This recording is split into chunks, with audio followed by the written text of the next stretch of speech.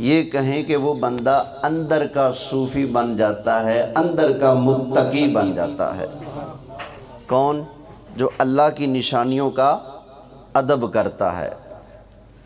یوں سمجھ لیں کہ ایک ہوتا ہے اوپر سے صوفی اور ایک ہوتا ہے اندر سے صوفی، ایک اتو صوفی، ایک وچوں صوفی۔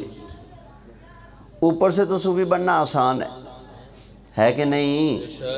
بالکل آسان ہے، بس جبہ کبہ پہنو،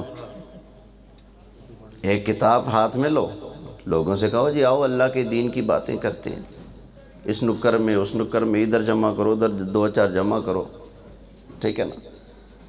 تو یہ اوپر کا صوفی بننا تو آسان ہے، اندر کا صوفی بننا مشکل ہے۔ تو اندر کا صوفی کون بنتا ہے؟ اللہ فرماتا ہے جو اللہ کی نشانیوں کا ادب کرتا ہے وہ اندر کا صوفی بن جاتا ہے۔ سمجھ آئی؟ یہ دلوں کا تقویٰ ہے۔ سمجھیے، اللہ کی نشانیوں کا ادب کرنا کیا ہے؟ دلوں کا، بولیں صحیح، تقویٰ ہے۔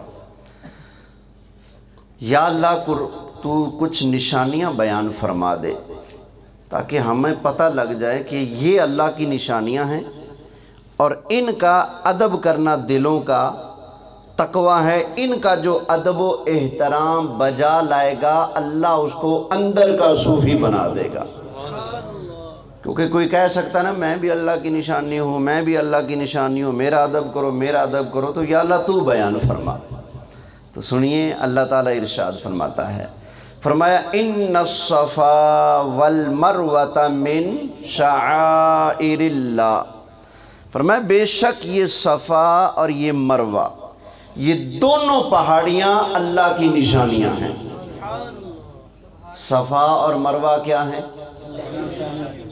اللہ کی نشانیاں ہیں۔ اب جنہوں نے صفا اور مروہ کی پہاڑیاں دیکھی ہیں وہ میری بات سے اتفاق کریں گے، نہ تو یہ پہاڑیاں دنیا کے سارے پہاڑوں سے زیادہ اونچیاں ہیں، سمجھ آئی؟ نہ ان پہاڑیوں پر سب سے زیادہ سبزہ ہے، بلکہ نام و نشان بھی نہیں سبزے کا، سمجھ آئی نا؟ نہ یہ پہاڑیاں ظاہری حسن میں دنیا کے سارے پہاڑوں سے زیادہ خوبصورت ہیں، تو پھر بھی اللہ کی نشانیاں کیوں؟ آئیے میں عرض کرتا ہوں یہ پہاڑیاں اللہ کی نشانیاں کیوں ہیں؟ تو بلند قامت کی وجہ سے نشانیاں اگر بنتی تو کیٹو پہاڑ اللہ کی نشانی بنتا، اور دوسرا کون سا جی سب سے اونچا؟ ماؤنٹ ایورسٹ، وہ نشانی بنتا، تو پتہ چلا یہ جسے بسے نہیں دیکھے جاتے، سمجھ آئی نا؟ یہ اللہ کی نشانیاں بنی ہیں تو وجہ کوئی اور ہے، وہ کیا؟ اللہ تعالیٰ نے حضرت ابراہیم علیہ السلام سے ارشاد فرمایا تھا کہ آپ اپنی گھر والی حضرت حاجرہ رضی اللہ تعالی عنہا اور حضرت اسماعیل علیہ السلام کو لیں اور جہاں پر آج مکہ شریف آباد ہے وہاں چھوڑ کر آئیں۔ حضرت ابراہیم علیہ السلام نے اللہ تعالیٰ کے حکم پر لبیک کہتے ہوئے حضرت اسماعیل علیہ السلام کو بھی ساتھ لیا، حضرت حاجرہ کو بھی ساتھ لیا، اور جہاں پر آج مکہ آباد ہے، کعبہ شریف ہے، آب زمزم شریف ہے، یہاں پر حضرت ابراہیم علیہ السلام ان کو بٹھا کر واپسی کا سفر شروع کرتے ہیں۔ تو حضرت حاجرہ رضی اللہ تعالی عنہا جب دیکھتی ہیں کہ حضرت ابراہیم علیہ السلام تو تشریف لے کے جا رہے ہیں تو پیچھے دوڑ پڑی ہیں، دوڑی دوڑی قریب آ گئی ہیں۔ جب تشریف لے آئیں قریب تو عرض کرتی ہیں اے اللہ کے خلیل آپ نے کوئی جواب نہ دیا، چل رہے ہیں۔ پھر عرض کرتی ہیں اے اللہ کے خلیل آپ نے جواب نہ دیا۔ تیسری مرتبہ پھر کہا اے اللہ کے خلیل آپ نے کوئی جواب نہ دیا۔ تو جب 3 مرتبہ انہوں نے عرض کر لیا، آگے سے کوئی جواب نہ ملا تو سمجھدار خاتون تھیں، تو انہوں نے کہا کہ اس میں کوئی راز ہے جو جواب نہیں دیا، وگرنہ پہلے تو ایسا کبھی نہیں ہوا۔ تو فوراً عرض کی اے اللہ کے خلیل کیا آپ کو اللہ تعالیٰ نے یہ حکم دیا ہے کہ آپ ہمیں یہاں تنہا چھوڑ کر چلے جائیں، تشریف لے جائیں؟ فرمایا ہاں۔ تو عرض کی اے اللہ کے نبی پھر آپ تشریف لے چلیں، جس اللہ نے یہ حکم فرمایا وہ اللہ کبھی بھی ہمیں تنہا نہیں چھوڑے گا۔ تو آپ تشریف لے گئے، تو حضرت اسماعیل علیہ السلام اور حضرت حاجرہ وہاں پر رہے۔ وہ کھانا پینا، تھوڑا سا ستو، تھوڑا سا پانی کب تک چلتا؟ ختم ہو گیا۔ جب پانی ختم ہو گیا تو اب حضرت حاجرہ رضی اللہ تعالی عنہا نے حضرت اسماعیل علیہ السلام کو بٹھایا، اور کبھی صفا کی پہاڑی پر جاتی ہیں اور دیکھتی ہیں کوئی دور سے آنے والا کوئی قافلہ ہو، کوئی گھر ہو، کوئی کنویں کا کوئی نشان ہو، کہیں پانی کی علامت ہو، کوئی چشمہ ہو، کہیں سے پانی مل جائے، میرے بیٹے کو پیاس لگی ہے۔ پھر جب صفا پر جاتی ہیں تو دیکھتی ہیں میرا بیٹا، دوڑی دوڑی بیٹے کے پاس آتی ہیں، حضرت اسماعیل علیہ السلام کے پاس، ان کو اٹھاتی ہیں، پیار کرتی ہیں، پھر مروہ پہ جاتی ہیں، پھر صفا پر جاتی ہیں، پھر مروہ پر تشریف لے جاتی ہیں۔ اسی انداز سے اللہ کی اس مقبول بندی نے 7 چکر مکمل کیے۔ ادھر جہاں حضرت اسماعیل علیہ السلام بیٹھے ہوئے تھے نا، آپ نے اپنی وہ پیاری پیاری مبارک ایڑیاں زمین کے اوپر جب رگڑی نا، تو اللہ تعالیٰ نے حضرت جبرائیل علیہ السلام کو بھیجا۔ حضرت جبرائیل علیہ السلام نے وہاں پر اپنا پر مارا، وہاں سے ٹھنڈا میٹھا پانی کا چشمہ جاری فرما دیا۔ سمجھ آئی نا؟ تو پانی کا چشمہ جاری ہو گیا۔ تو حضرت حاجرہ نے جب دیکھا نا چشمہ چل پڑا ہے، تو انہوں نے چھوٹے چھوٹے پتھر وغیرہ اٹھا کر نا لگانے شروع کر دیے، چھوٹی سی باڑ بنانا شروع کر دی، اور اس چشمے سے فرماتی تھی زم زم، رک رک رک رک جا، آگے نہ جا، رک جا۔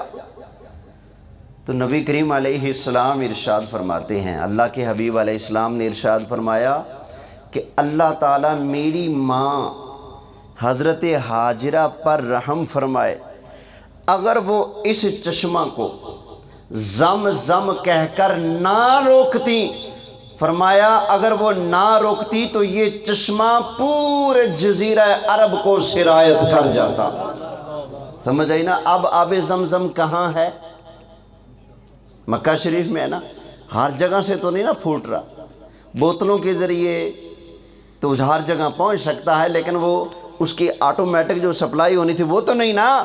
تو نبی کریم علیہ السلام نے فرمایا کہ اگر وہ اس چشمے کو زم زم کہہ کر ایک جگہ پر نہ روکتی، پابند نہ کرتی، تو فرمایا اس چشمے کا پانی پورے جزیرہ عرب میں پہنچ جاتا، پھیل جاتا۔ اب یہاں سے اللہ کے پیاروں کا اختیار بھی سنتے جائیں۔ اس کا مطلب ہے اللہ نے اس چشمے کو نکالا تھا پورے جزیرہ عرب کے لیے، تو اس کو روکا کس نے؟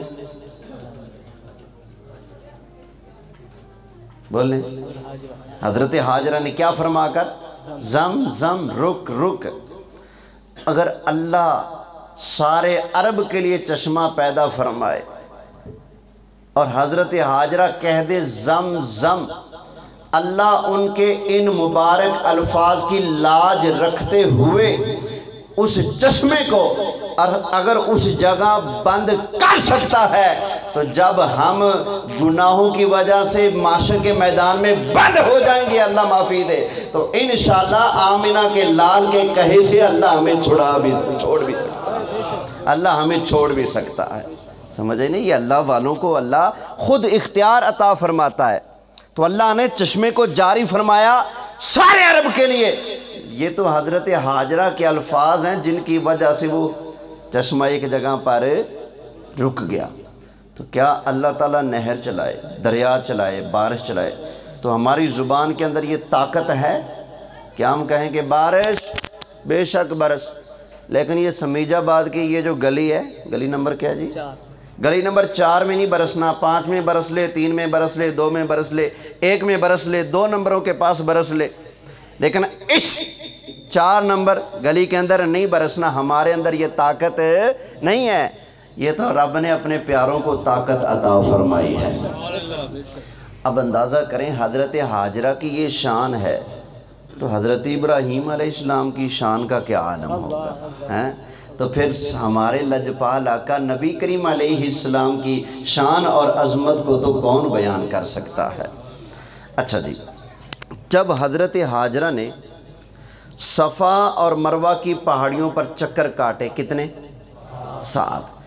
تو جب وہ پہاڑ، پہلے تو معمولی پہاڑ تھے، عام تھے، لیکن جب اللہ کی پیاری بندی کے مبارک قدم ان پہاڑیوں کے سر کے تاج بن گئے نا، اللہ کو وہ پہاڑیاں بھی پیاری لگنے لگی۔ اللہ نے قرآن میں ان کا ذکر فرمایا ان الصفا والمروہ من شعائر اللہ، فرمایا یہ صفا بھی اللہ کی نشانی ہے اور مروہ بھی اللہ کی نشانی ہے۔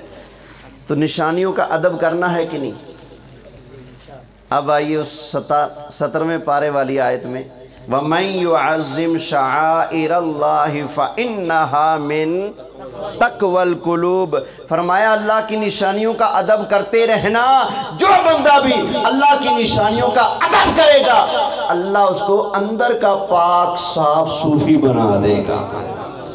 بڑا محبت سے سبحان اللہ کہہ لیں بھائی۔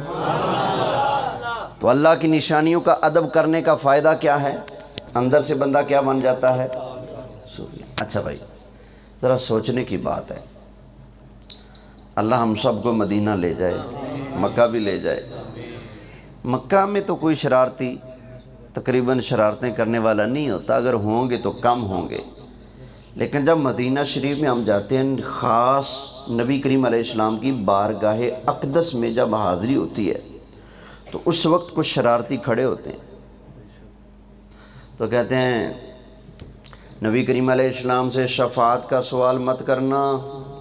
اگلے دن وہ کون ہے جی؟ شیخ اور پتہ نہیں وہ جو لال پگڑی سی باندھ کے لوگوں کو پکڑتا ہے، وہ ایک دیوار سی بنی ہے، اس کے اوپر کھڑا ہے، کہہ رہا ہے نبی کریم علیہ السلام کی بارگاہ میں آ کر یہ مت کہنا کہ حضور آپ ہماری شفاعت کیجئے گا، یہ مت کہنا کہ یا رسول اللہ آپ ہمارے کام آئیے گا۔ نبی کریم علیہ السلام سے شفاعت کا سوال ہے، کہتا ہے کہ مت کرنا۔ توبہ نعوذ باللہ، اتنے زہریلے لوگ کہ نبی کریم علیہ السلام کے در پہ پہنچ کر بھی بکواس کرنے سے باز نہیں آتے۔ اللہ تعالیٰ ایسے مکاروں سے مکہ کو بھی پاک فرمائے، مدینہ کو بھی پاک فرمائے، آمین کہہ لیں۔ دعا کریں اللہ آپ کی سمیج آباد کو بھی ایسے مکاروں سے پاک فرمائے۔ کوئی نبی کریم علیہ السلام کے در کا غدار اس کائنات میں سلامت نہ رہے۔ اللہ تعالیٰ یا ان کو ہدایت دے یا اللہ، یا پھر سب کا کڑاکا نکال۔ جس کے نصیب میں ہدایت ہے، ہدایت کی دعا کرتے ہیں۔ نبی کریم علیہ السلام کا جو غدار ہے، اگر ہدایت مقدر میں ہے تو یا اللہ ہدایت عطا فرما، نہیں تو اس کے وجود سے دنیا کو پاک فرما۔ آمین کہہ لو، کیا پتہ قبولیت کا وقت ہو۔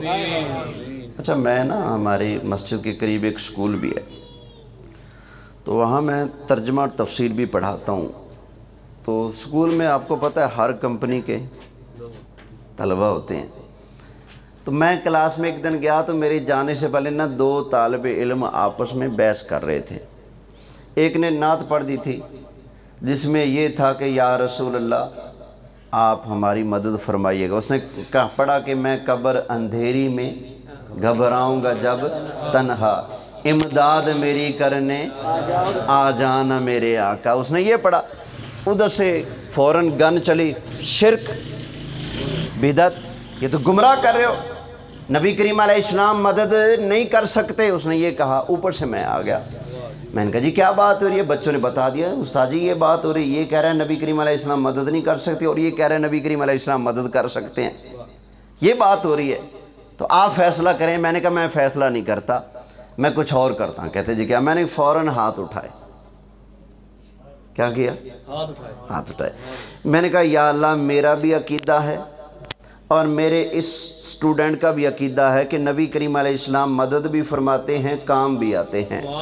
یا اللہ جب قیامت والے دن اگر گناہوں کی وجہ سے میں اگر پھنس جاؤں نا تو یا اللہ اپنے محبوب کو میرا مددگار بنا کے بھیج دینا۔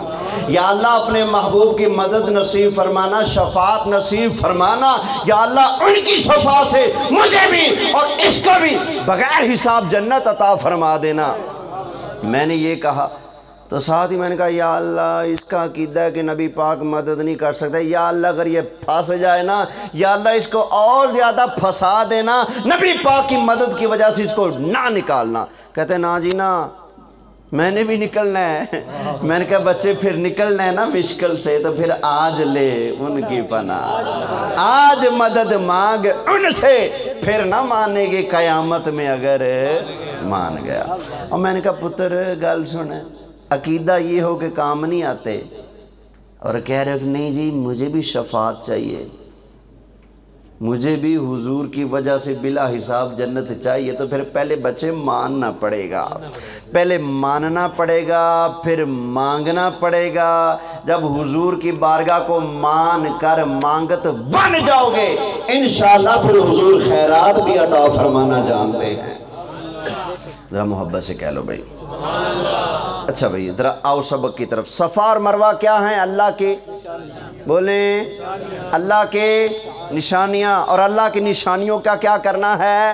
ادب کرنا ہے۔ اب ذرا ایک بات میں آپ سے پوچھتا ہوں، ایک ہے صفا مروہ، دو پہاڑیاں جن پر اللہ کی پیاری مقبول بندی، ایک نبی کی زوجہ اور ایک نبی کی ماں حضرت ہاجرہ، اس اللہ کی پیاری بندی کے قدم لگے تو وہ پہاڑ بن جائے اللہ کی نشانی۔ سمجھدار بیٹھے ہو، قدم لگیں تو پہاڑ اللہ کی نشانی بن جائے۔ جب اس پہاڑ کی یہ شان ہے تو جن قدموں کی وجہ سے پہاڑ شان والا بنا ہے وہ قدم کتنی شان والے ہوں گے ہیں؟ ذرا اسی بات کو ایک اور طریقے سے سمجھیے۔ جب خوش نصیب لوگ کعبۃ اللہ شریف کا طواف کرتے ہیں تو اب اللہ تعالیٰ کا حکم ہے ان کو، اللہ ارشاد فرماتا ہے، فرمایا وَاتَّخِذُوا مِن مَّقَامِ إِبْرَاهِيمَ مُصَلَّى، فرمایا یہ جو ابراہیم علیہ السلام کے کھڑے ہونے کی جگہ ہے نا، اس جگہ کو مصلی بناؤ، اس جگہ پر آ کر اپنا سر جھکاؤ۔ اب طواف کے بعد 2 رکعت پڑھنا مقام ابراہیم کے پاس آ کر واجب ہے۔ بولتے ہیں نفل اس کو، لیکن ہیں کیا؟ واجب الطواف ہے۔ طواف کرنے کے بعد 2 رکعت مقام ابراہیم پر آ کر پڑھنے کیا ہیں؟ واجب ہیں۔ یہ اللہ کا ارشاد ہے وَاتَّخِذُوا مِن مَّقَامِ إِبْرَاهِيمَ مُصَلَّى، فرمایا جہاں پر میرے خلیل کے کھڑے ہونے کی جگہ تھی اس جگہ پر آ کر سر جھکاؤ، نماز پڑھو، میں اللہ تمہیں بھی اپنا پیارا بنا لوں گا۔ سمجھ آئی نا؟ اب ذرا غور کرنا۔ اب یہ مقام ابراہیم کیا ہے جہاں پر ہمیں سر جھکانے کا حکم دیا جا رہا ہے؟ مقام ابراہیم کیا ہے؟ ذرا آپ سمجھیے گا۔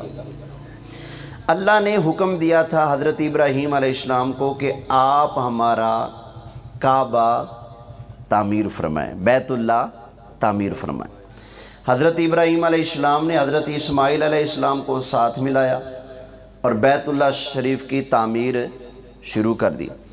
اور جیسے مستری بناتے ہیں، پہلا وار، دوسرا وار، تیسرا وار، چوتھا وار، جب 15-20 وار ہو جاتے ہیں، ہاتھ اوپر نہیں جاتا تو مستری کیا بناتے ہیں؟ نیچے گو کہتے ہو نا جی، وہ گو بناتے ہیں، پھر اس پر کھڑے ہو کر کام کرتے ہیں۔ حضرت ابراہیم علیہ السلام نے جب دیواریں بناتے بناتے اتنی دیوار کر لی نا، عرض کی یا اللہ اب ہاتھ اوپر نہیں جا رہا، اب میں کیا کروں؟ اچھا یہ اللہ والے نا کبھی جلال میں ہوتے ہیں، یعنی کبھی جمال میں ہوتے ہیں، کبھی جلال میں ہوتے ہیں، اور کبھی اپنی پاوروں کا اظہار نہیں کرتے، نہ جلال کا اظہار کرتے ہیں نہ جمال کا اظہار کرتے ہیں، عاجزی فرماتے ہیں۔ جیسا کہ نبی کریم علیہ السلام بخاری شریف کی حدیث ہے، نماز پڑھا رہے تھے، سرکار نے یوں نظر اٹھائی نا سیدھی جنت میں گئی، حضور نے یوں قدم اٹھایا سیدھا جنت میں گیا، انگوروں کا گچھا لٹک رہا تھا، نبی کریم علیہ السلام نے یوں کر کے اس کو پکڑ لیا، تھوڑی دیر پکڑا پھر چھوڑ دیا، سمجھ آئی نا؟ پھر چھوڑ دیا، ہاتھ پیچھے کر لیا، پاؤں بھی پیچھے کر لیا، چہرہ مبارک بھی نیچے کر لیا۔ نماز ختم ہوئی، صحابہ نے پوچھا آقا آج کے بعد ہم نے نماز ایسے پڑھنی ہے؟ فرمایا نہیں۔ عرض کی آقا پھر آپ نے ایسا کیوں کیا؟ فرمایا میں نے اوپر دیکھا، مجھے جنت نظر آئی، میں نے قدم اٹھایا، جنت میں پہنچ گیا، میں نے ہاتھ بڑھایا، جنت میں پہنچ گیا۔ فرمایا انگوروں کا گچھا لٹک رہا تھا، میں نے اپنے ہاتھ میں لے لیا، دل کیا نیچے لے آؤں، اگر میں لے آتا قیامت تک تم کھاتے رہتے، کبھی بھی ختم ہونے کا نام نہ لیتا۔ لیکن میں نے سوچا کوئی نہیں، 4 دن کی زندگی میرے امتی آئیں گے، یہیں آ کر کھا لیں گے۔ اللہ اللہ خیر صلی اللہ۔ تو توجہ ہے، ذرا محبت سے سبحان اللہ کہیے۔ اب یہ دیکھیں نبی کریم علیہ السلام نے یہاں پر اپنی نبوت والی طاقت کا، پاور کا اظہار فرمایا۔ میرے لجپال آقا کا ایک قدم مسجد نبوی شریف کے اندر ہے تو دوسرا قدم جنت کے اندر پہنچ رہا ہے۔ نبی کریم علیہ السلام جنت میں بھی جلوہ گر ہو رہے ہیں اور مدینہ شریف میں مسجد نبوی کے مصلی پر بھی جلوہ فرما ہے۔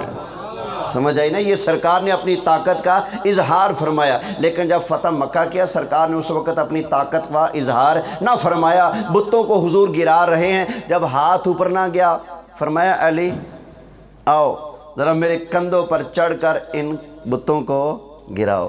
عرض کہ یا رسول اللہ صلی اللہ علیہ وسلم میں نیچے بیٹھ جاتا ہوں۔ آقا آپ میرے کندھوں پر تشریف لے آئیں، آقا آپ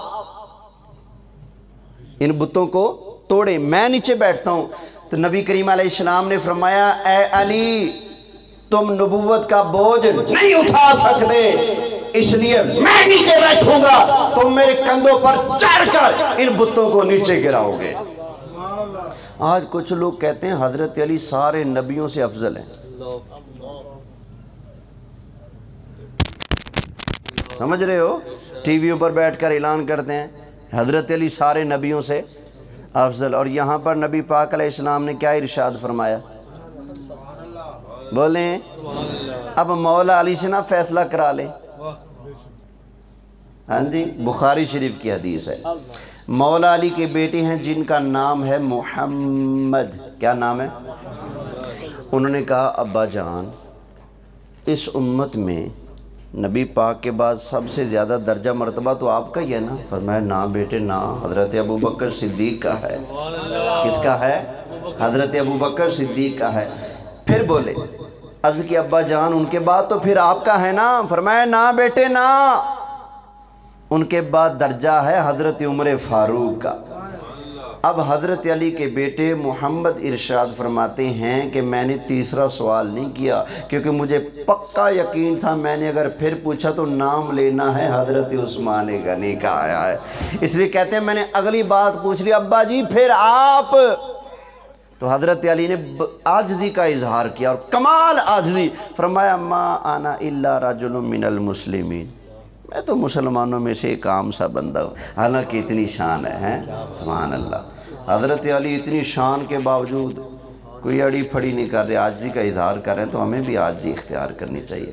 اللہ سچی عاجزی کرنے کی توفیق عطا فرمائے۔ توجہ ہے، ذرا محبت سے سبحان اللہ کہیے۔ میں یہ عرض کر رہا تھا کہ اللہ والے کبھی اپنے جلال کا، پاوروں کا، طاقتوں کا اظہار فرماتے ہیں اور کبھی نہیں فرماتے۔ تو کیا خیال ہے جو لاجپال مدینہ شریف میں کھڑے ہو کر جنت میں ہاتھ بھی پہنچا سکتے ہیں، وہ کیا کعبہ شریف کے پاس کھڑے ہو کر اوپر پڑے بت کو نیچے نہیں گرا سکتے تھے؟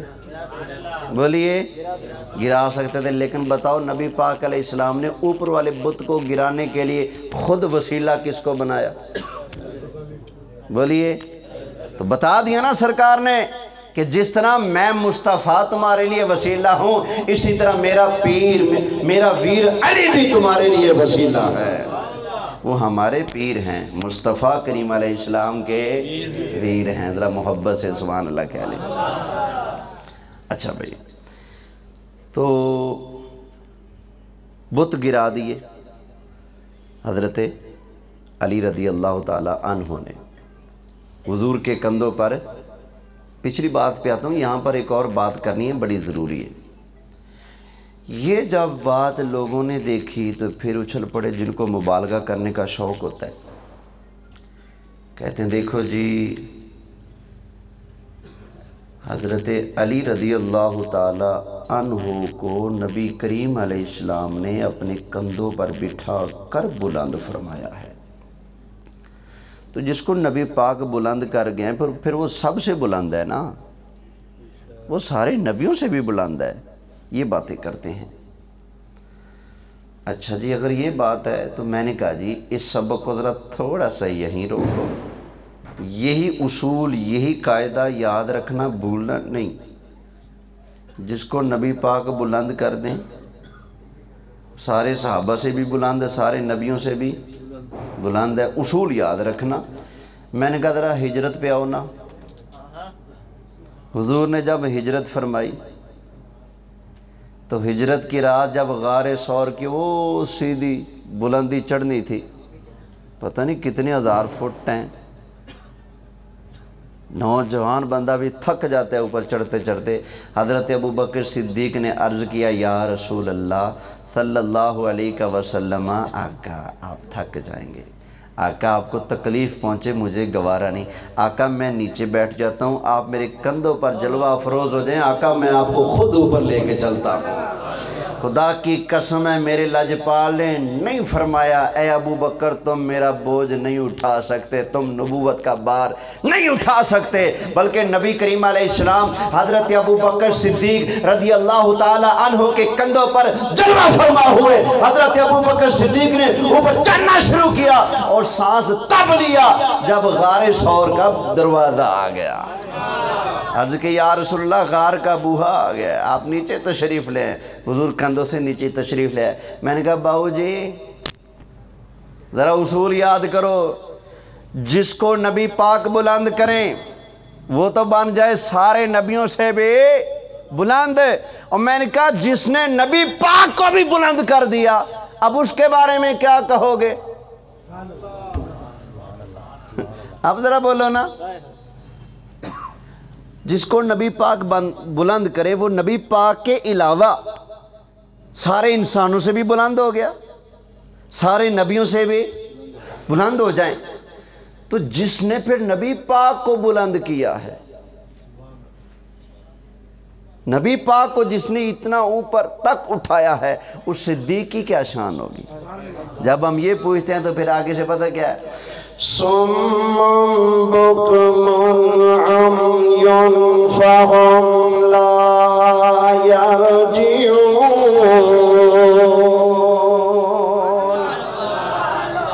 ایک مجھے کہنے لگا نہیں اصل میں نا تم سنیوں کو مولا علی سے دشمنی ہے اس لیے ان کی شان مانتے نہیں۔ میں نے کہا لعنت اللہ علی الکاذبین، جھوٹے پر اللہ کی لعنت ہے۔ ہم تو مولا علی کی شان ڈنکے کی چوٹ بیان کرتے ہیں، سمجھ آئی نا؟ لیکن بات یہ ہے کہ مبالغہ آرائی نہیں کرتے، اس لیے کہ نبی پاک نے فرمایا تھا اے علی تمہارے بارے میں دو جماعتیں تباہ ہوں گی، ایک وہ جو تیری سچی شان بھی نہ مانے، جیسا کہ یہاں بوجھ سوچ کچھ اٹھا لیتے ہیں نا لوگ، تو حضور کی سچی شان بھی نہیں مانتے، کہتے تم مولا کیوں کہتے ہو؟ بھائی ہم کیوں نہ کہیں جب سرکار نے فرما دی ہے، پھر بھی کہتے ہیں تم مولا کیوں کہتے ہو؟ اور پاگل جب سرکار نے فرما دیا من کنت مولاہ فہذا علی، مولا جس کا میں مولا اس کا علی بھی مولا ہے۔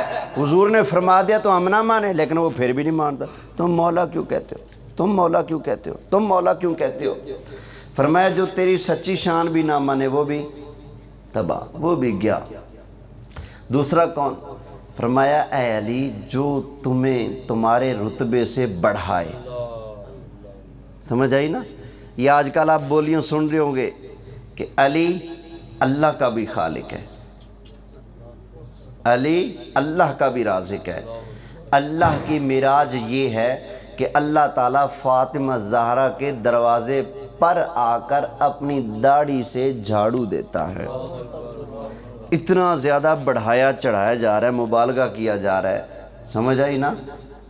توبہ نعوذ باللہ، توجہ ہے۔ تو دونوں جماعتیں تباہ، جس نے شان گھٹائی، سچی شان بھی نہ مانی مولا علی کی، وہ بھی دفع ہو گیا، اور جس نے مولا علی کو ان کی حقیقی شان سے بڑھا کر الوہیت اور نبوت کا درجہ دے دیا، وہ بھی ایمان سے گیا۔ اس لیے بعض لوگ کہتے ہیں ان اللہ و ملائکتہ یصلون علی النبی، کہتے ہیں یہ آیت یوں تھی ان اللہ و ملائکتہ یصلون علی علی، سمجھ آئی نا؟ یہ باقاعدہ ان کی کتابوں میں لکھا ہوا ہے۔ اب میں کیا رونا رون، لکھا ہے تو میں رونا رو رہا ہوں نا، نہ لکھتے میں نہ کہتا، توجہ ہے۔ اب ایک اور بات کرتے ہیں، کہتے ہیں جی نہیں تمہیں پیڑ ہے مولا علی کی شان تم نہیں مانتے۔ بھائی کیا ہوا؟ کہتے دیکھو نا مولا علی کی کتنی شان ہے. جب ہجرت کی رات آئی تو نبی کریم علیہ السلام نے اپنا بستر عطا فرمایا تھا اور فرمایا تھا اے علی میرے بستر پر لیٹ جاؤ، کوئی تمہارا بال بھی پیکا نہیں کر سکے گا. تو نبی کریم علیہ السلام نے جس کو اپنا بستر عطا فرمایا اس علی کی کیا شان ہوگی. میں نے کہا بے شک مولا علی کو نبی پاک نے بستر عطا فرمایا، ان کی شان بہت اونچی بہت اونچی بہت اونچی. میں نے کہا یار ذرا سوچ تو سی، جس کو بستر مل گیا وہ اتنا اونچا، تو جس کو اس رات بستر والا ملا تھا. حضرت ابو بکر صدیق کو تو نبی کریم علیہ السلام ملے تھے. حضور نے حضرت ابو بکر صدیق کو غار کا بھی ساتھی بنایا اور الحمدللہ حضور نے مزار کا بھی ساتھی بنایا ہے. یہ ہمارے سنیوں میں آج کل ایک مسئلہ چل رہا ہے، حضرت صدیق اکبر کی شان نہیں بیان کرتے. میں صحیح کہہ رہا ہوں نا؟ بہت کم بہت کم. یہ تو دعوت اسلامی کے منجے ہوئے نعت خان بیٹھے ہیں، وگرنہ ٹوٹل کربلا چلتا. اگرچہ میلاد شریف کی محفل ہو، جو آئے گا مولا علی کی منقبت پڑھنے لگا ہوں، مولا علی کی منقبت پڑھنے لگا ہوں. اے مولا علی ہماری جان ہے، ہمارا ایمان ہے، لیکن یاد رکھیں مولا علی کی وہ محبت جس میں صدیق اکبر کی دشمنی ہو، عمر فاروق کی دشمنی ہو، عثمان غنی کی دشمنی ہو، وہ محبت کبھی بھی کام نہیں دے گی. مولا علی کی وہ محبت کام دے گی جس میں حضرت ابو بکر، حضرت عمر، حضرت عثمان کا پیار بھی شامل ہوگا. ذرا محبت سے سبحان اللہ کہیے. اب صدیق اکبر کی شان کا ایک شعر پڑھتا ہوں. اب میرے ثنا خان بھائی بیٹھے ہیں، میرا ان جیسا گلا تو نہیں، جتنی میری اوقات ہے جیسا پڑھ سکتا ہوں پڑھوں گا. آپ بھی مل کے پڑھ لیں ہو سکے تو. صدیق تا ہے ذی شان ریساں کون کرے، ہے جان دا جملہ جہان ریساں کون کرے. وچ غار رلے تے مزار رلے، ہر حالت یار دے نال رلے. اج پوچھنا ایمان ریساں کون کرے. میں یہ عرض کر رہا ہوں کہ مولا علی کی وہ محبت فائدہ دے گی جس میں حضرت ابو بکر، حضرت عمر، حضرت عثمان کی محبت بھی شامل ہوگی. دلیل سناتا ہوں، ذرا محبت سے سبحان اللہ کہیں. مولا علی ارشاد فرماتے ہیں، اور یہ سنیوں کی کتاب کا حوالہ نہیں پڑھ رہا، مولا علی ارشاد فرماتے ہیں، وہاں لکھا ہوا ہے، فرمایا من لم یقل انی رابع الخلفاء فعلیہ لعنت اللہ. حضرت علی ارشاد فرماتے ہیں جو بندہ ابو بکر صدیق کو نہیں مانے گا، عمر فاروق کو نہیں مانے گا، عثمان غنی کو نہیں مانے گا، فرمایا ان تینوں کو پیٹھ کر کے مجھے ڈائریکٹ مانے گا اور کہے گا میں پہلا خلیفہ ہوں. حضرت علی نے فرمایا من لم یقل انی رابع الخلفاء فعلیہ لعنت اللہ. فرمایا جو مجھے چوتھا نہیں مانے گا اس پر اللہ کی لعنت ہے. جو مجھے چوتھا نہیں مانے گا اس پر اللہ کی. بولو یار بچنی ہے یا لینی ہے؟ بچنا ہے نا. تو مولا علی فرماتے ہیں جو مجھے چوتھا خلیفہ نہ مانے اس پر اللہ کے، بولو یار اس پر اللہ کے. کس پر؟ جو آپ کو چوتھا خلیفہ. اچھا چوتھے کب بنیں گے؟ جب مانا جائے کہ پہلا بھی ہے دوسرا بھی ہے. ایک بندے کا ایک ہی بیٹا ہو اور وہ بڑے مجمع میں کہے جی میں اپنے پیو دا چوتھا پتر ہاں. میں نے کہا چپ کر یار، پہلا کتھے تے دوجا کتھے تے تیجا کتھے؟ سرکار پہلے تینوں کھا پھر چوتھے والی گل کریں. حضرت علی کیا فرما رہے ہیں؟ جو مجھے چوتھا نہ مانے اس پر اللہ کی لعنت ہے. تو اس کا مطلب ہے پہلے 3 ہیں اور وہ حق ہیں. کون ہے؟ حضرت ابو بکر، حضرت عمر، حضرت عثمان. یہی خلیفہ بنے نا سرکار کے بعد. تو مولا علی نے فرما دیا جو مجھے پہلا مانے گا چوتھا نہیں مانے گا اس پر اللہ کی. تو سنیو، آپ مولا علی کو کون سا خلیفہ مانتے ہو؟ یہ بولیاں ختم کرو، پتہ نہیں کہاں سے یہ منوسی بولی آگئی. دما دم مست کلندر علی دا پہلا نمبر. نا دما دم مست کلندر صدیق دا پہلا نمبر، عمر دا دوجا نمبر، عثمان دا تیجا نمبر، میرے علی دا چوتھا نمبر آیا. علی کا کون سا نمبر ہے؟ من لم یقل انی رابع الخلفاء فعلیہ لعنت اللہ. فرمایا جو مجھے چوتھا نہیں مانے گا اس پر اللہ کے. ایک اور حدیث مدارج نبوت کے اندر شاہ عبد الحق محدث دہلوی رحمۃ اللہ علیہ نقل کرتے ہیں، نبی کریم علیہ السلام نے فرمایا اللہ نے میں مصطفیٰ کو بڑی عظمت عطا فرمائی ہے، بڑی شان عطا فرمائی ہے. کیا کیا؟ حضور فرماتے ہیں اللہ نے مجھے کوثر عطا فرمایا ہے. کیا عطا فرمایا؟ انا اعطیناک الکوثر. فرمایا مجھے کوثر عطا فرمایا. اس کی ایک تفسیر ہے حوض کوثر سے. 26 معنی ہیں کوثر کے علماء نے کیے. ایک معنی اس کا ہے حوض کوثر. حضور نے فرمایا اللہ نے مجھے حوض کوثر عطا فرمایا. آقا وہ حوض کیسا ہے؟ میرے لاجپال نے فرمایا میرے حوض کی 4 نکرے ہیں. کتنی؟ 4 نکرے. آگے مولا علی روایت کرنے. حدیث کے راوی کون ہے؟ مولا علی. ان سے حضور فرما رہے ہیں فرمایا ہمارے حوض کی 4 نکریں. فرمایا علی جب قیامت والا دن آئے گا نا ہم ایک نکر پر ابو بکر صدیق کی ڈیوٹی لگائیں گے، ایک پر عمر فاروق کی ڈیوٹی لگائیں گے، ایک پر عثمان غنی کی ڈیوٹی لگائیں گے، اور ایک پر اے علی تمہاری ڈیوٹی میں مصطفیٰ لگا دوں گا. تو حضور نے اپنے یاروں کو وہاں جدا کیا، تو ہم کیوں جدا کریں بھائی؟ جب سرکار فرق نہیں ڈال رہے تو ہم کیوں فرق ڈالیں؟ سمجھ آئی نا؟ اب ذرا آگے چلیں. پھر سرکار نے ارشاد فرمایا کہ ہمارے حوض کے اتنے پیالے ہیں، اتنے برتن ہیں جتنے آسمان کے تارے ہیں. کتنے؟ حوض کوثر کے برتن کتنے ہیں؟ جتنے آسمان کے. مطلب یہ نکلا کہ حضور کو ان ستاروں کی تعداد بھی معلوم ہے اور حوض کوثر کے برتنوں کی تعداد بھی معلوم ہے.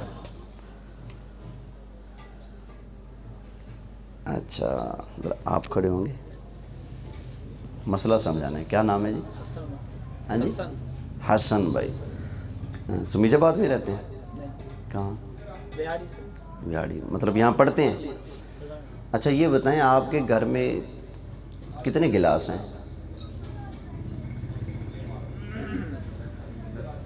سٹیل کے، سلور کے، کنچ والے سارے ملا کے کتنے کے؟ بانڈے کتنے نے توڑے کارے چاہے؟ صرف گلاس کتنے؟ نہیں. شیشے والے کتنے؟ چلو نہیں پتہ نا. اللہ کی قسم ہے مجھے نہیں پتا میرے گھر میں برتن کتنے ہیں. آپ کو آپ کے گھر کا پتہ ہے؟ نہیں پتا نا. ذرا تشریف رکھیں. کسی نے ویسکوٹ پانی پائی ہو؟ ذرا بہت سارے بٹن ہو. ذرا یہ بھائی جان تشریف فرمائے. ایک اور مثال دینی ہے، ذرا ناراض نہ ہوئیے گا. آپ کی ویسکوٹ اور قمیض کے بٹن کتنے ہیں؟ گنے بغیر؟ نا نہیں پتا نا. تو لجپال اپنے گھر کی نہیں، سرکار حوض کوثر کے آئے ہائے حوض کوثر کے برتنوں کی تعداد بھی بتا رہے ہیں اور سرکار ستاروں کی تعداد بھی بیان فرما رہے ہیں. کیا علم ہے میرے لجپال مصطفیٰ کا ہے. اب وہ دوسری حدیث بھی پڑھو نا. یہاں حضرت عائشہ نے پوچھا تھا کہ ان ستاروں کے برابر نیکیاں کس کی ہیں؟ تو کیا فرمایا تھا؟ حضرت عمر کی ہیں. ستاروں کے برابر نیکیاں کس کی ہیں؟ اس کا مطلب حضور کو تاروں کی گنتی بھی معلوم، حضرت عمر کی گنتیوں کی ان کی نیکیوں کی تعداد بھی فوراً عرض کی اما جی نے آئینہ حسنات و ابی یا رسول اللہ، آقا میرے ابے دی نیکیاں کتھے گئیاں؟ تو اسی نام لیا ستاروں کے برابر نیکیاں عمر فاروق کی ہیں، آقا میرے ابا جی دی نیکیاں کتھے گئیاں؟ انہوں نے یہ سوچا ہوگا کہ سرکار صدیقہ اکبر کا نام لیا جائے گا تو حضور نے فرمایا عائشہ، فرمایا سنو، فرمایا عمر کی ساری عمر والی نیکیاں ایک طرف، تمہارے والد کی نیکی غار والی ایک طرف، پلہ پھر بھی صدیق کا بھاری رہے گا۔ توجہ ہے؟ ذرا محبت سے کہیے سبحان اللہ۔ نعرہ تکبیر، اللہ نعرہ رسالت، علماء اہل سنت۔ اب ذرا آؤ پیچھے، زیادہ پیچھے نہیں، پیچھے بھی آنا ہے، اب بات سے بات نکل رہی ہے۔ حوض کی نکرے کتنی؟ ایک پر حضرت، دوسرے پر حضرت، تیسرے پر حضرت، چوتھے پر حضرت، آگے حضور نے ارشاد فرمایا، حضرت علی راوی ہیں، نبی کریم علیہ السلام نے فرمایا اے علی حوض کوثر کا ساقی میں مصطفیٰ تمہیں بنا دوں گا، اے علی جس کو دل کرے پانی پلاتے جانا، کوئی تمہارا بازو پکڑنے والا نہ ہوگا۔ حضرت علی نے عرض کیا آقا میں وعدہ کرتا ہوں حوض کوثر کا پانی میں پلاؤں گا، لیکن اس کو دوں گا جس کے دل میں ابو بکر کا بھی پیار ہوگا، علی کا بھی پیار ہوگا۔ آقا صدیق دا ویری ہوئے تو میرے کو لو پانی پی جائے نا نا نا۔ امام زین العابدین سے پوچھا گیا کہ حضرت ابو بکر اور حضرت عمر کا نبی پاک کی بارگاہ میں کیا درجہ تھا؟ کس کا درجہ؟ حضرت ابو بکر اور حضرت عمر کا نبی پاک کی بارگاہ میں کیا درجہ تھا؟ کس سے پوچھا گیا؟ حضرت امام زین العابدین سے۔ تو کربلا کے شاہ سوار امام زین العابدین نے ارشاد فرمایا ان کا درجہ حضور کی زندگی میں، حضور کی بارگاہ میں ایسے ہی تھا جیسے اب قبریں ہیں، کہ حضور کے پہلو میں ایک طرف حضرت ابو بکر صدیق حاضر خدمت ہیں، دوسری طرف حضرت عمر فاروق حاضر خدمت ہیں، بالکل ایسے ہی وہ حضور کی حیات میں بھی تھے۔ خیر اب آؤ واپس، حضرت ابراہیم علیہ السلام عرض کرتے ہیں یا اللہ ہاتھ اوپر نہیں جاتا، اب کیا کروں؟ اللہ نے پتھر بھیجا، فرمایا پیارے خلیل یہ پتھر ہے، اس کے اوپر اپنے برکت والے قدم رکھ دیں، جوں جوں دیوار بلند ہوتی جائے گی تو خود بخود پتھر بھی بلند ہوتا جائے گا۔ حضرت ابراہیم علیہ السلام نے اس پتھر پر اپنے قدم رکھے۔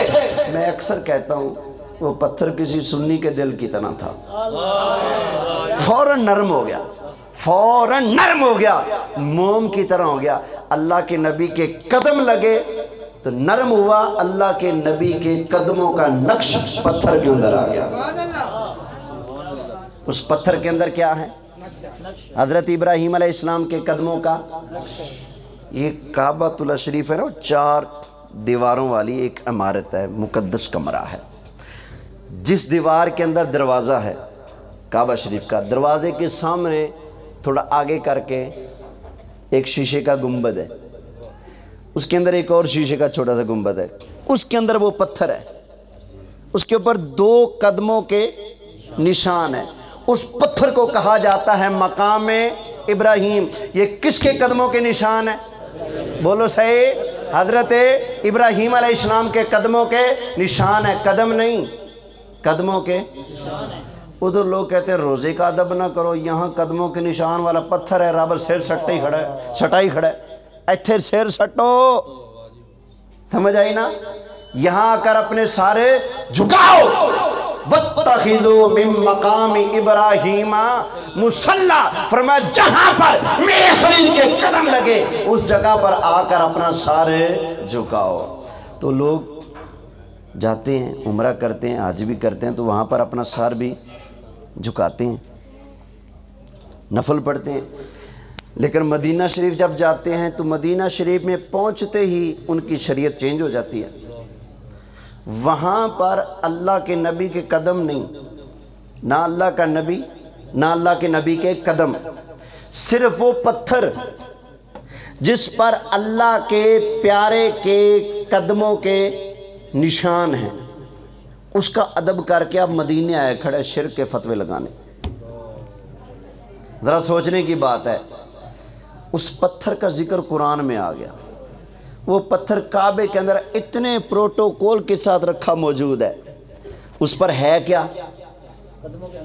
قدم نہیں، قدموں کے۔ اب بتاؤ جن قدموں کے یہ نشان ہے، یہ نشان اتنی زیادہ شان والے ہیں تو وہ قدم کتنی شان والے ہوں گے؟ جب ابراہیم علیہ السلام کے قدم بڑی شان والے ہیں تو ان کا مبارک چہرہ کتنی شان والا ہوگا؟ جب ابراہیم علیہ السلام کی یہ شان ہے تو اللہ کی قسم ہے حضرت ابراہیم علیہ السلام بشمول سارے انبیاء سب کے ساتھ معراج پاک کے امتی ہیں۔ جب ابراہیم علیہ السلام کی یہ شان ہے تو سرکار کی شان کا عالم کیا ہوگا؟ سب سے اعلیٰ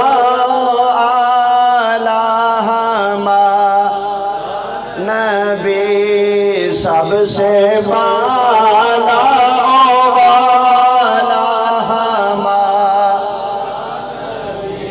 اب ذرا توجہ کرنا، لوگ ہم سے پوچھتے ہیں کہ نبی کریم علیہ السلام کے روزے کا اتنا ادب کیوں کرتے ہو؟ سنیو، اتنا ادب کیوں کرتے ہو؟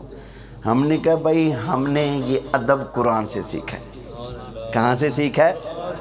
اب ذرا ادھر آنا، صفا مروہ پر کیا ہے؟ کچھ بھی نہیں، نہ حضرت حاجرہ ہیں، نہ حضرت حاجرہ کے قدم ہیں، نہ قدموں کے نشان ہیں، بس کبھی قدم لگے تھے، اس کا ادب آج بھی ہے۔ کبھی قدم لگے تھے تو ادب آج بھی ہے۔ مقام ابراہیم پر کیا ہے؟ نہ وہاں ابراہیم علیہ السلام ہے، نہ ان کے قدم ہیں، قدموں کے نشان والا پتھر ہے، ادب آج بھی ہے، سر جھکانا واجب آج بھی ہے۔ تو جہاں ابراہیم علیہ السلام کے قدموں کے نشان ہیں، اس پتھر کا اتنا ادب کعبے کے اندر کر لیتے ہو، تو جس روزے کے اندر لجپال کے قدم یا قدموں کے نشان نہیں، سر کی مبارک زلفوں سے لے کر پاؤں کے مبارک ناخنوں پاکوں تک جہاں آمنہ کا لال جلوہ فرما ہے، اللہ کی قسم اس روزے کی شان کوئی نہیں بیان کر سکتا ہے۔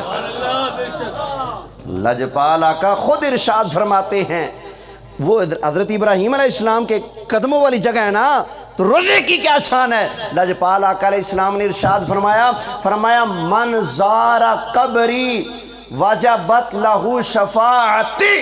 میں اپنے انداز میں ترجمہ یوں کرتا ہوں، لجپال نے فرمایا جو ہمارے روزے کو ایمان اور ادب سے تک لے گا، دیکھ لے گا، زیارت کر لے گا، فرمایا قیامت والے دن بازو پکڑ کے میں مصطفیٰ جنت میں داخل فرماؤں گا۔ کیونکہ واجبت لازمی، شفاعت واجب ہوگی، مطلب تو پھر یہی بنا نا کہ سرکار بازو سے پکڑ کر جنت عطا فرما دیں گے۔ ماشاءاللہ بڑی خوش نصیبی ہے بھائی، ہمارے بہت ہی پیارے مستقبل کے ابھرتے ہوئے ستارے ہیں، محترم محمد ارسلان اتاری صاحب ہیں، ماشاءاللہ اللہ تعالیٰ نے یہ موقع عطا فرمایا، قسمت والوں کو یہ موقع ملتے ہیں۔ حضور کے گھر میں کوئی بغیر اجازت جا ہی نہیں سکتا، اجازت تب جاتا تب ہے جب حضور کی اجازت ملتی ہے۔ یا ایہا الذین آمنوا لا تدخلوا بیوت النبی الا ان یؤذن لکم، او ایمان والو نبی کے گھر میں نہ جاؤ، ہاں جب اجازت مل جائے پھر۔ تو نبی کے گھر میں کون جاتا ہے؟ جس کو اجازت ہے۔ تو بلاوا آ گیا نا، اجازت آ گئی ہے نا، اللہ ان کی جانا قبول فرمائے، حاضری قبول فرمائے۔ تو لوگ ہم سے پوچھتے ہیں بھئی اتنا ادب کیوں کرتے ہو؟ جب خوش نصیب جاتے ہیں حضور کی بارگاہ میں سلام پیش کرتے ہیں تو کچھ بدماش لوگ پکڑ کر حضور کے روزے کی طرف پیٹھ کراتے ہیں، کہتے ہیں اللہ ادھر نہیں، اللہ ادھر ہے۔ بھائی مولوی ہو، پاکستان میں تم ہمارے پاس ہماری مسجدوں میں آ کر ہمیں درس دیتے ہو کہ اللہ ہر جگہ ہے، اللہ ہی مشکل کشا ہے، اللہ ہی ہر جگہ ہے، شاہ رگ سے قریب ہے، اسی کو پکارو۔ مدینے میں جا کے تم نے دین کیوں چینج کر لیا؟ بھائی اللہ ادھر نہیں ہے تو ادھر ہے، یہاں تو کہتے ہو اللہ ہر جگہ ہے اور وہاں کہتے ہو اللہ ادھر نہیں اور ادھر ہے۔ اور مجھے بتاؤ کون سی آیت میں لکھا ہے کہ دعا کی قبولیت کے لیے قبلے کو منہ کرنا شرط ہے؟ کون سی آیت میں لکھا ہے؟ کون سی حدیث میں لکھا ہے کہ دعا کرنے کے لیے کعبے کی طرف منہ کرنا شرط ہے؟ کہاں لکھا ہے؟ جدھر دل کرے ادھر ہی منہ کر کے دعا مانگو، اللہ قبول فرماتا ہے۔ جب ادھر منہ کر کے مانگی جا سکتی ہے، ادھر مانگی جا سکتی ہے، ادھر مانگی جا سکتی ہے، ادھر مانگی جا سکتی ہے، سر جھکا کے مانگی جا سکتی ہے، تو لجپال کے روزے کی طرف منہ کر کے دعا نہیں مانگی جا سکتی کیا؟ توجہ ہے؟ رونچی کہہ لو بھائی، پھر کہہ لو۔ اچھا یہ دیکھو، میں آیا ہوں نا یہاں، میں تقریر کر رہا ہوں، آپ سن رہے ہیں ماشاءاللہ بڑی محبت سے۔ میں آپ سے تقریر کرتے ہوئے اپنا منہ پھیر لوں ادھر، باتیں کروں آپ سے، منہ پھیر لوں ادھر۔ آپ کا نام کیا؟ عبد المنان۔ میں کہوں عبد المنان بھائی السلام علیکم، کیسے ہیں؟ ٹھیک ہے ماشاءاللہ، کاروبار کیسا چل رہا ہے؟ یار لگتا ہے تازہ تازہ پان کھا کے آئے ہو۔ میں جو ایسا کہوں، لوگ کہیں گے چلو یار بات چیت کر رہے ہیں، لیکن اس کو تمیز نہیں ہے۔ جس سے بندہ بات کرے ادھر منہ تو کرے نا۔ اس کا مطلب ہے تم نے اگلے کو سمجھا ہی کچھ نہیں۔ اور ایک عام میرے جیسا ان پڑھ سا بندہ عبد المنان سے بات کرے لیکن منہ کسی اور طرف اٹھا لے تو لوگ کہتے ہیں بدتمیز۔ تو جو آمنہ کے لال کی بارگاہ میں جائے اور وہاں جا کر حضور کا روزہ ادھر کہیں السلام علیکہ یا رسول اللہ، تو بتاؤ اس کو تمیز والا کہیں گے؟ وہ بھی تو بدتمیزی کر رہے ہیں نا۔ اور لاجپال آقا کی بارگاہ میں ایسے نہیں جاتے، بلکہ ہمارا سرائکی کا ایک شاعر ہے، وہ کہتا ہے ادب کر ونجی دے محمد دے در تے، ادب کر ونجی دے محمد دے در تے، گناہ معاف تھیندے محمد دے در تے۔ حضور کی بارگاہ میں کیسے جاتے ہیں؟ بولیں ادب سے، بے ادبی سے۔ صحابی رسول حضرت ابو ایوب انصاری، جن کو میزبان رسول کہا جاتا ہے، ایک مرتبہ نبی کریم علیہ السلام کی قبر انور پر آئے، اور انداز پتہ ہے کیا تھا حاضری کا؟ حضور کی قبر انور پر آ کر نہ اپنا چہرہ رکھ دیا اور اپنے بازو کیے یوں اور یوں چہرہ رکھ دیا۔ سمجھ آئی نا؟ اپنا چہرہ کہاں رکھ دیا؟ حضور کی قبر انور پر، اور ایسے پتہ نہیں تصورات میں راز و نیاز حضور سے کیا کیا باتیں کر رہے ہوں گے اس وقت ہیں۔ تو مروان آ گیا اوپر سے، اس نے حضرت ابو ایوب انصاری کو یہاں سے پکڑا اور ایسے اٹھایا۔ تو کہتے ہو تم جانتے تم کیا کر رہے ہو؟ یہ تو شرک ہے، تم کیا کر رہے ہو؟ تو میزبان رسول حضرت ابو ایوب انصاری نے ارشاد فرمایا سن، میں کسی پتھر کے پاس نہیں آیا، میں کسی درخت کے پاس نہیں آیا، میں اللہ کے محبوب کی بارگاہ میں آیا ہوں، اللہ کے رسول کے پاس آیا ہوں۔ سمجھ آئی نا؟ اب بتاؤ حضرت ابو ایوب انصاری حضور کے صحابی جو یوں ایسے سے کر رہے ہوں گے، تو یہ ادب کر رہے تھے یا کچھ اور کر رہے تھے؟ تو ادب کر رہے تھے نا۔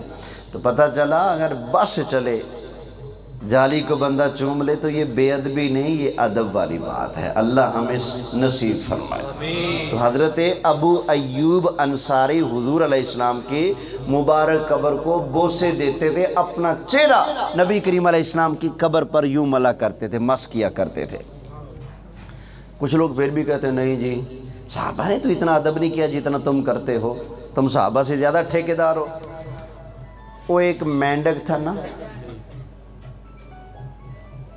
برسات کا موسم آیا تو بیچارہ دریا کا مینڈک چلتے چلتے نا ایک کنویں کے اندر آ کر گر گیا۔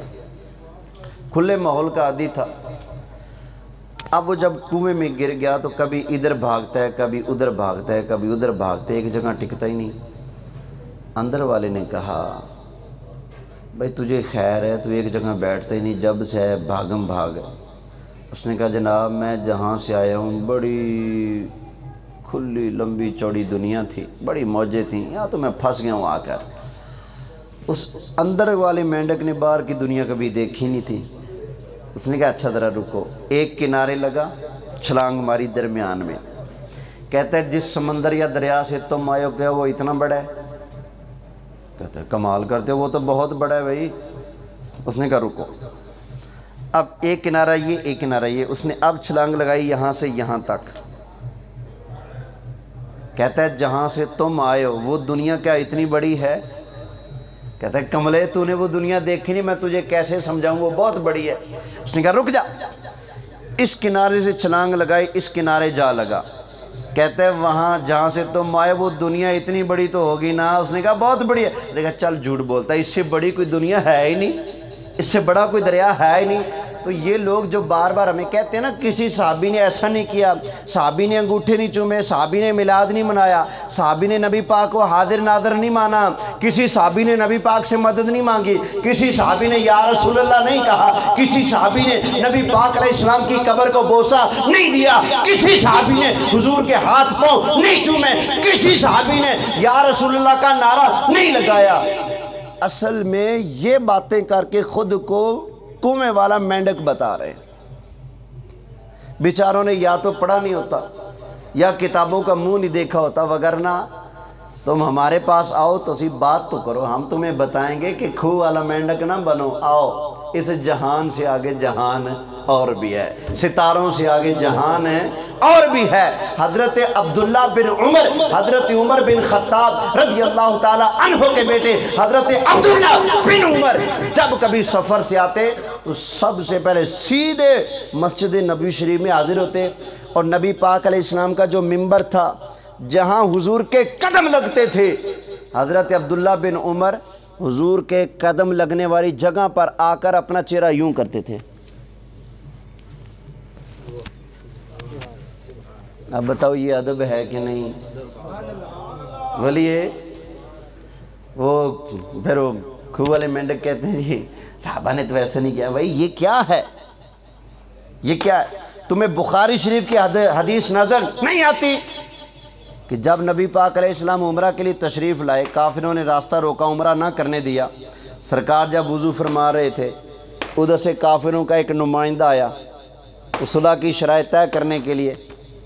عروہ بن مسعود ثقفی ابھی مسلمان نہیں ہوا تھا، وہ جب واپس گیا نا، کافر کہتے ہیں سنا کیا بنا؟ کہتا ہے بس کیا بننا ہے، مجھے اتنا پتہ ہے تم ان سے جیت نہیں سکتے۔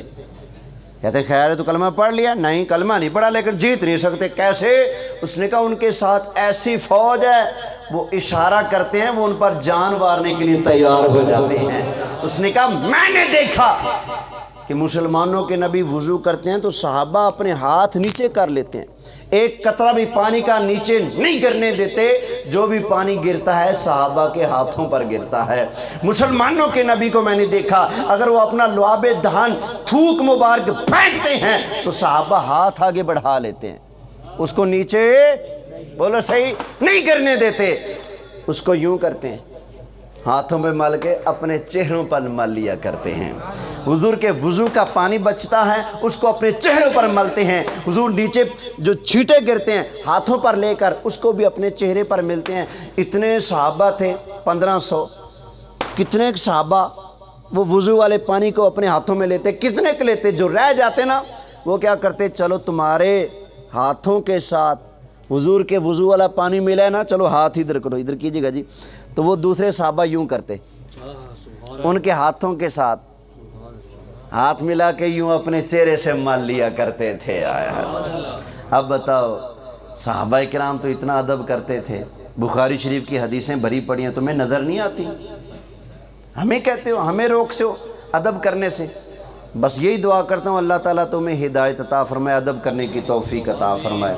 تو مسلمانوں او حضور کے غلاموں، حضور کے عاشقوں، اللہ جس کو بھی مدینے لے جائے نا، ایک بات یاد رکھنا، ہم یہ ادب نہ چھوڑنا، کوئی کتنا مجبور کر لینا، ادب نہیں چھوڑنا، سمجھ آئی نا؟ ادب سے ہی سب کچھ بنتا ہے نا، سمجھ آئی نا؟ اگر ادب ہی نہ کیا نا تو سب کچھ برباد ہو جاتا ہے۔ ادب کریں گے تو اللہ تعالیٰ وہ جو کمیاں ہوں گی نا، ادب کی برکت سے اللہ وہ پوریاں فرما دے گا، سمجھ آئی نا؟ تو ادب کرنا ہے، کسی بے ادب کے کہنے میں آ کر، اس کی باتوں میں آ کر نبی کریم علیہ السلام کی بارگاہ کی بے ادبی نہیں کرنی۔ ان گلیوں کے بھی احترام کرنا جہاں سے کبھی حضور گزرے ہوں گے، سمجھ آئی نا؟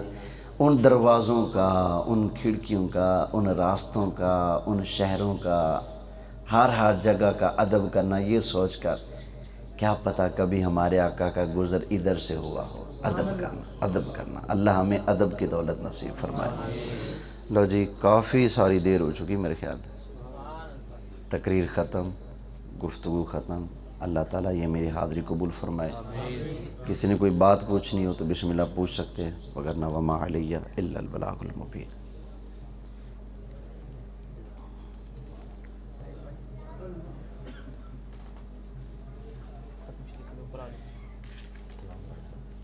چلیں ٹھیک ہے، السلام شریف پڑھیں۔